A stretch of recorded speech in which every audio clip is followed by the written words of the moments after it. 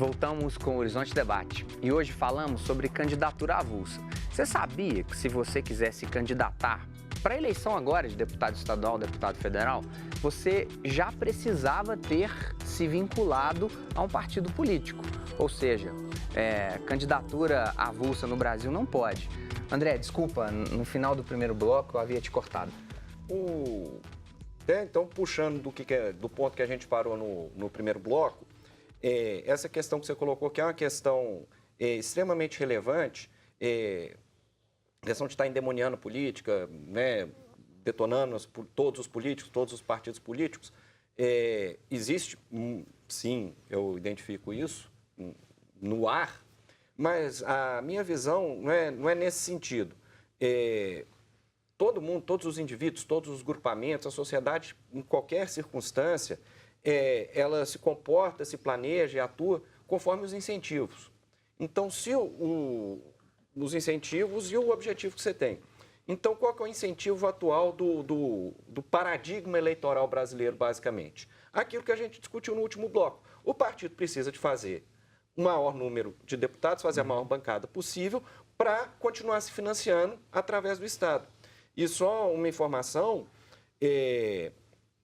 a proibição da doação de empresas, né, de pessoas físicas, não partiu do Congresso, ela partiu do Supremo Tribunal Federal.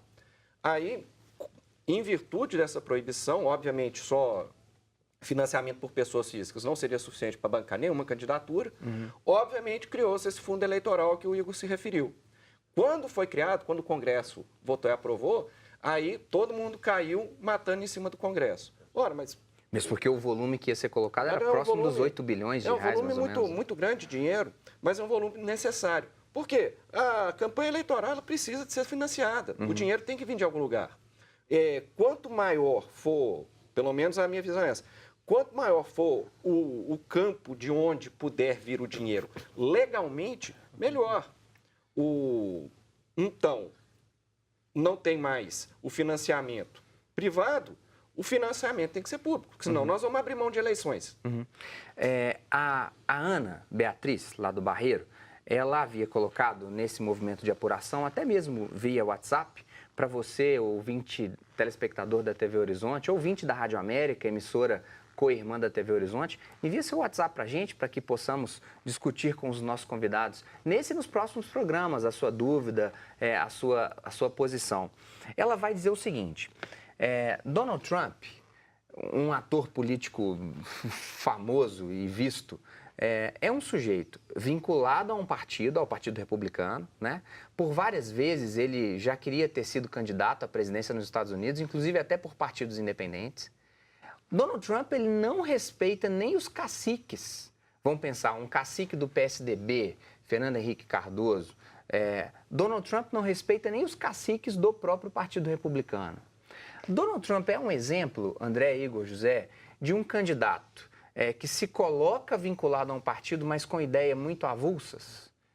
Eu acho que o fenômeno do Donald Trump foi um fenômeno muito americano. Paralelo difícil com o panorama eleitoral brasileiro. Porque nos Estados Unidos não é obrigatória a vinculação ao partido político. Qualquer um pode ser candidato ao que quiser, independentemente do partido político. Ainda com relação a partidos lá, a gente pensa que só existem dois partidos, que é o republicano e o democrata, existe uma miríade de partidos políticos lá. E ainda assim a pessoa pode registrar uma candidatura avulsa. O que aconteceu com o Trump? Ele disputou as prévias pelo Partido Republicano e sempre como azarão, o establishment nunca o levou a sério até que ele já fosse candidato. Então, em todas as prévias, à medida que os outros pré-candidatos republicanos iam ficando pelo caminho, os caciques do Partido Republicano... Derrotados por ele, inclusive. Exato. Iam apoiando aqueles pré-candidatos que ainda estavam na disputa contra o Trump, e o Trump ganhou de todo mundo. E aí, então, ele se capitalizou no sentido de falar, eu consegui ser o candidato do Partido Republicano pelo meu próprio esforço, porque se dependesse do partido, eu não seria o candidato. E aí, posteriormente, eu ganhei as eleições pelo que eu sou, né, pelo que eu fiz, pelo que eu propus, independentemente do partido. Então, eu que toco o funcionamento da coisa, Sim. mas no dia a dia político, ele que acontece de verdade, né, para além das redes sociais, ele tem articulação política constante com o partido na Câmara, no Senado. Né? Então, existe a política. Ele se apresentou como eleitor e continua se apresentando agora como eleitor, não, perdão, como candidato, como um avulso, como um candidato anti-establishment, e depois como presidente, agora como presidente, continua sendo fazendo esse discurso para o público dele, mas, na verdade, ele faz as articulações políticas que... Eu vejo uma diferença muito grande entre o conceito aí de partido político nos Estados Unidos e no Brasil. Nos Estados Unidos, o cidadão tem sua preferência partidária. Eu sou democrata, eu sou republicano. Veste a camisa, compra a camisa. Veste a camisa, compra a camisa. Deputado nenhum muda de partido. É eleito pelos democratas, depois isso lá não existe. Na questão também dos proporcionais, os deputados, a mesma coisa. Já no Brasil, não. O Brasil é dança das cadeiras. No Brasil, o partido político hoje é interesse. Olha, eu vou te colocar na minha coligação.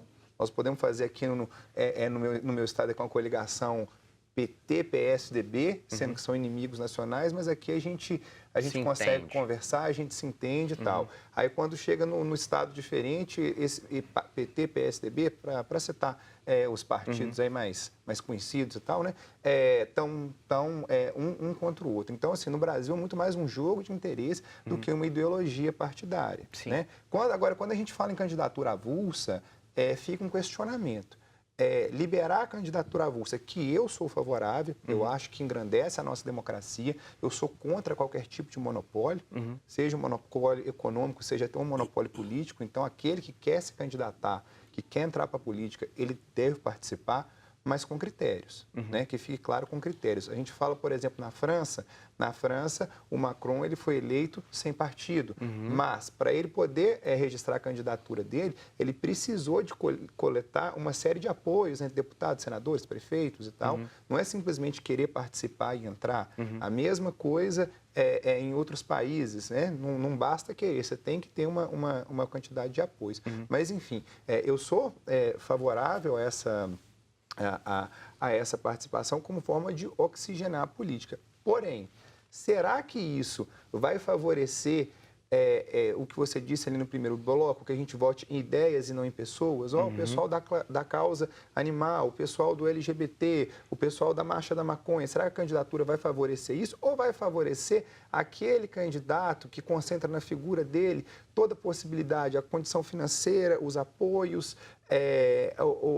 uma pessoa que não precisa dar satisfação a ninguém para que ele se candidate? Aí eu vou falar aqui de um jogador de futebol famoso, vou falar aqui de um cantor famoso, vou falar aqui de um apresentador de TV muito famoso. Então, será que a candidatura avulsa não vai favorecer o personalismo, a fragmentação ainda maior da nossa política? José, sendo bastante claro, assim, o Igor coloca a opinião favorável. O senhor é favorável? Seria interessante para o jogo democrático brasileiro isso? Jair, até o momento, pelo que está desenvolvendo, estamos extraindo dos recursos, do andamento dos processos, do que está no Supremo, né, do que está na Convenção Interamericana de Discussão, que está colocado, nós temos outros pontos a ser observados. Por exemplo, desde 2013, por exemplo, houve aquelas manifestações na rua por reivindicações, era passagem, era tudo. E uma das coisas mais rejeitadas era a bandeira de partido político. Sim, não pode ter. Chegou lá o Aécio, me lembro, e a turma tirou ele dali, né? Então, o próprio Joaquim Barbosa, em 2013, falando da candidatura avulsa de forma muito clara. Correto. Então, isso já foram pontos colocados a ser analisado e a ser aprofundado é o que está em andamento, né? Então, apesar da nossa legislação constitucional estar impedindo de pronto, né? A tendência é que, em função do que eu falei dos grupos que estão surgindo, principalmente os grupos mais jovens, né, ligados a movimentos diversos, como colocou, estão cada vez absorvendo mais essa ideia e estão fazendo correr com mais velocidade. O senhor é a favor da candidatura avulsa? E, do meu ponto de vista, até a questão da melhoria da democracia, contando com todos os cuidados na implantação, para que não haja também uma distorção. Eu sou a favor de que seja para o melhor, que venha de forma atender os Você é a anseios da favor, né? população.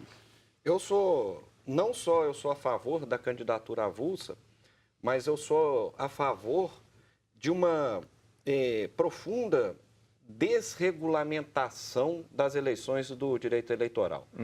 Sou a favor da candidatura avulsa, sou a favor do fim do voto obrigatório, eu sou a favor do fim do financiamento público de partidos e campanhas, o financiamento deve ser estritamente privado.